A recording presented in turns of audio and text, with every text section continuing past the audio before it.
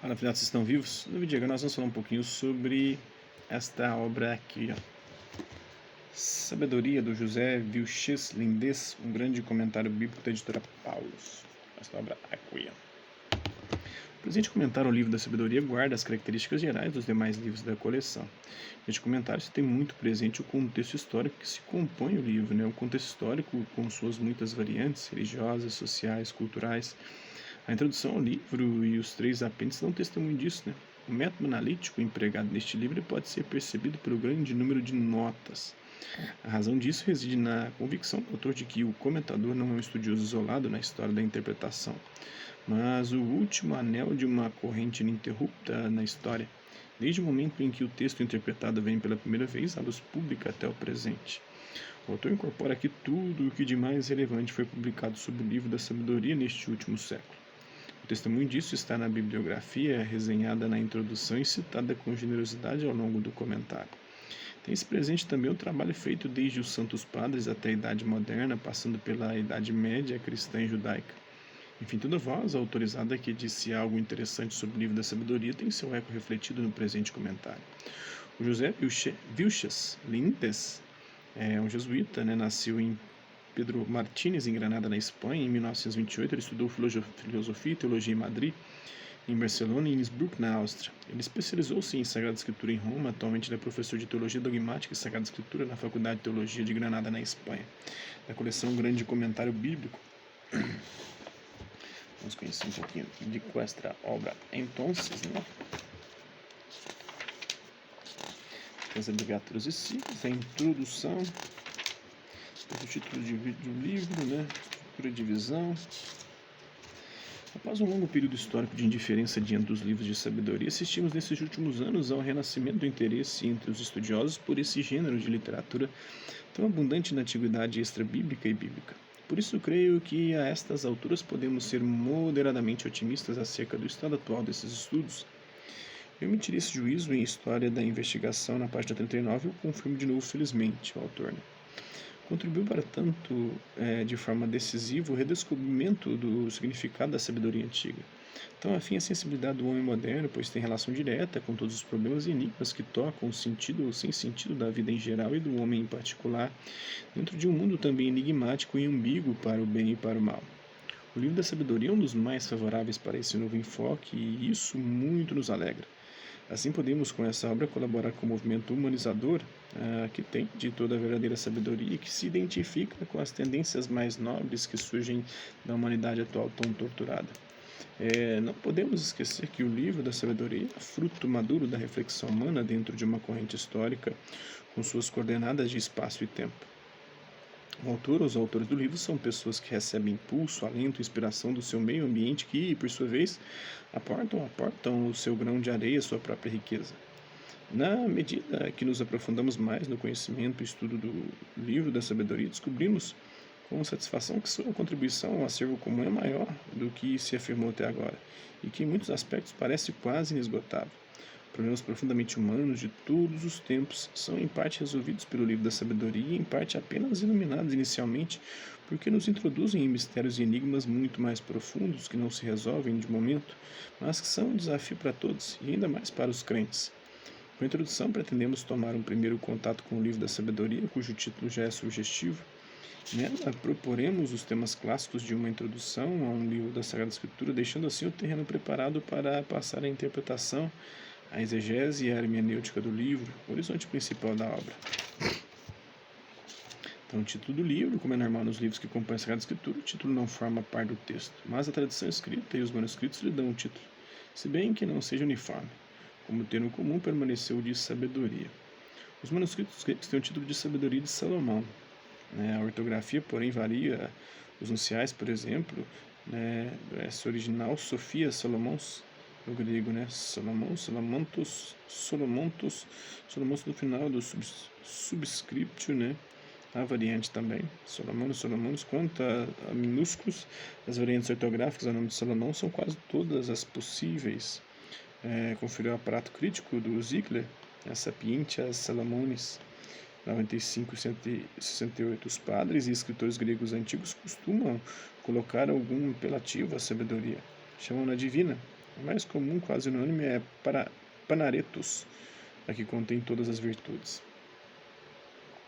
Quanto às versões na latina, Latina ou Vulgata, o título Sapientia Salomonis ou Liber Sapientia Salomonis alterna com o mais simples Liber Sapientiae.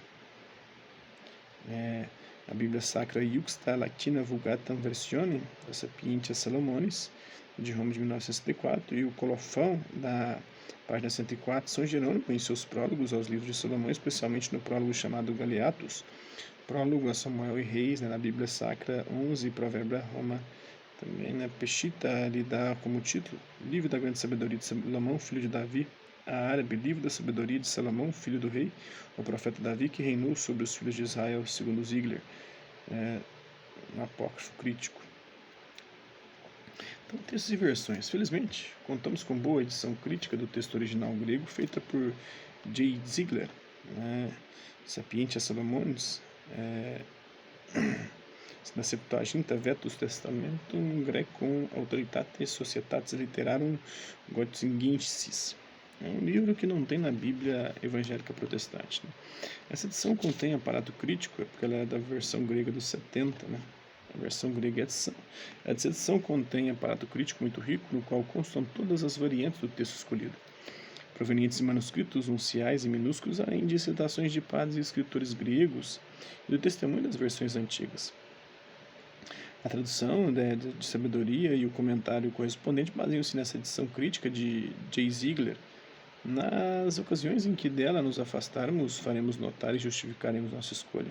Temos, porém, que confessar que são poucas essas ocasiões, porque o texto do nosso livro foi bem conservado íntegra ou parcialmente em 5 manuscritos unciais ou maiúsculos, que são A, o Códice Alexandrino do século V, B, o Códice Vaticano do século IV, S, o Códice Sinaítico do século IV, o Códice Vêneto do século VIII, e C, Palimpsesto do século XIII, o Códice de Santo Efrem, escrito sobre um códice originário do século V, no qual se conserva parcialmente sabedoria, ou seja, tem os números aqui. Seguindo a autoridade de J. Ziegler, cremos que o texto primitivo da sabedoria é mais bem conservado no Códice B, ao qual seguem em confiabilidade S.A. Sabemos, porém, que os textos sofreram correções pelos copistas e se introduziram mesmo alguns erros. Nesses casos, não se pode admitir cegamente um testemunho, mas é preciso aplicar as normas da crítica textual. Os unciais 5 e C são secundários por seus erros e lacunas. Na Sapientia Salomonis do Ziegler. Temos à nossa disposição um grande número de minúsculos gregos e alguns fragmentos de papiro. De todos eles, o J. Ziegler dá a descrição detalhada na introdução à edição crítica do seu Sapientia Salomonis. Então, como se vê, os testemunhos antigos do livro da sabedoria são todos gregos. O problema, se a língua original era o hebraico ou aramaico, é certamente tardio e, pelo que parece, fictício. Já São Jerônimo dizia que Sapientia Salomonis, que era seu pseudo-epígrafo, que os hebreus não o tinham e o seu estilo era grego. Está nos escritos do São Jerônimo, Davi, a partir de Rubigam, em 1753, que defende a origem solomônica de Sabedoria 1, capítulo 1 até o capítulo 9, e, portanto, escrito em hebraico, segundo a Bíblia hebraica com nota crítica e versão latina, até o Purinton, em 1928, que afirmava o original hebraico para capítulo 1, versículo 1, até o capítulo 9, versículo 1, na sua translation. Não faltaram autores que defendessem um original hebraico para todo o livro, como o D.S. Margoliouth, seu Was the Book of Wisdom Written in Hebrew, ou somente para a primeira parte, Aí tem outros autores aqui, o resto em grego, Fock, Peter Speiser, Largue para o estudo detalhado de todos esses autores. Essas diversas hipóteses mal encontraram eco nos comentadores modernos. São exceções o M. Speiser, para quem Sabedoria 1 e 4 é a tradução de original hebraico. Tem a citação de seu livro em hebraico também em Larche, em Rupert, Der Leden Gerente, tem também Sabedoria, versão de original hebraico. 11. F. Zimmermann deu um novo rumo ao debate, pois defendeu que a língua semita subjacente a todo o livro da sabedoria não era o hebraico, mas o aramaico, no seu também The Book of Wisdom, né? A adequada resposta a essa peregrina hipótese foi dada por Romaniuk, que pedia explicações do vocabulário dos conceitos não semitas, mas tipicamente gregos, do livro da sabedoria, no seu Liber Sapientiae com a língua. Uma primeira conclusão, o problema da língua original do livro da sabedoria pode ser a de Larcher. Definitivamente o autor pôde conhecer certos escritos em hebraico e inspirar-se neles para redigir esta ou aquela parte do livro, mas o resultado dá a impressão de uma composição contínua na qual se misturam de maneira indissociável os componentes de uma mesma personalidade literária. Segundo seu ler livre, né? Concluímos, tudo leva a pensar que o texto grego de sabedoria é o texto original de sabedoria, né? Resposta mais concludente daremos a falar do autor e da unidade de composição do livro, né? Das versões antigas, a mais autorizada é a Vetus Latina, a Vulgata ou a Latina, né? Que São Jerônimo deixou intacta. O mesmo autor confessa que não retocou a versão latina pré-existente, e da razão disso, não considera a sabedoria como o livro canônico. O próprio São Jerônimo não considerava como livro canônico, né? Temos duas edições críticas do texto latino, a da Vulgata e a Latina, né, da Sabedoria, Sapientia Salomonis, Bíblia Sacra também, Iux Latina Vulgata Versione.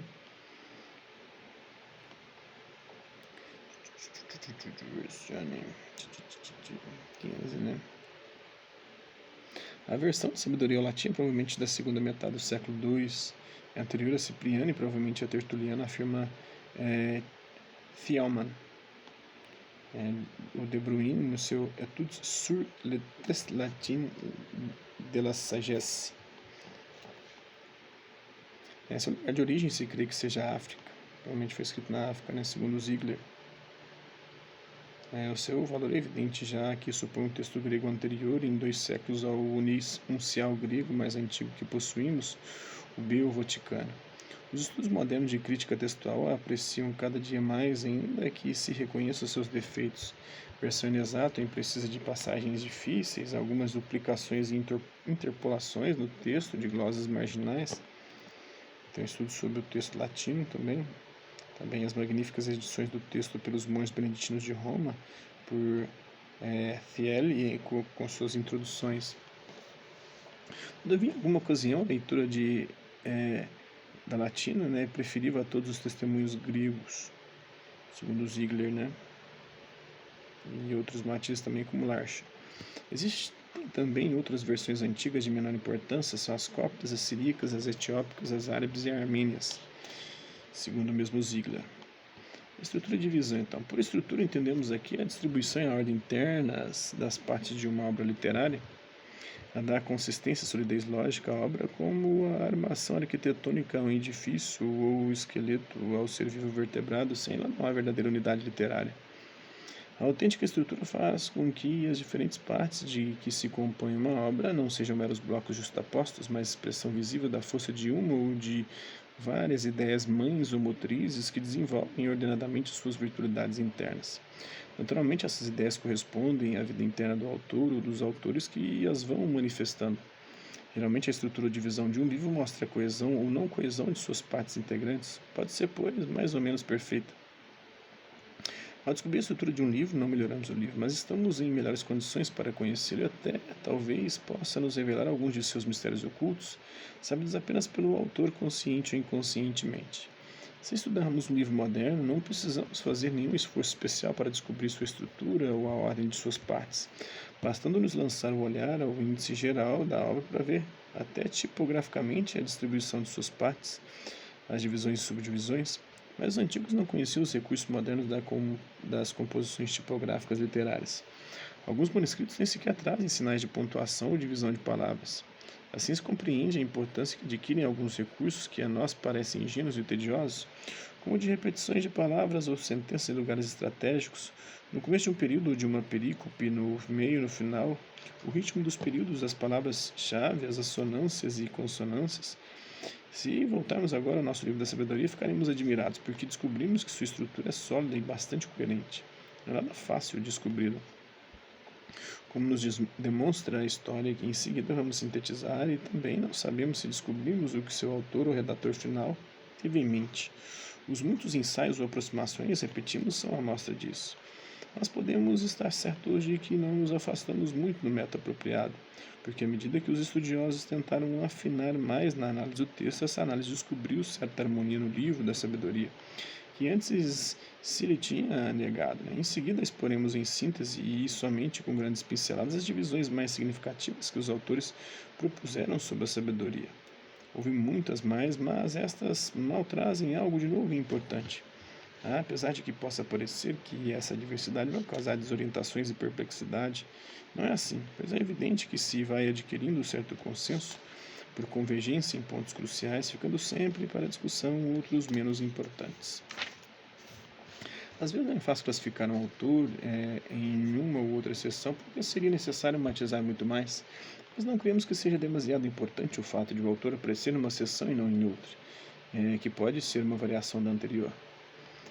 Não desdenhamos esse penoso e árduo trabalho porque o consideramos passo prévio para os mais importantes que seguirão sobre a unidade de composição e autor. Também cremos que a tarefa necessária e prévia para o dever transcendental do intérprete é procurar descobrir, ou ao menos aproximar-se do pensamento do autor ou dos autores, expresso em palavras ordenadas segundo um plano pré-concebido, ou seja, estruturado.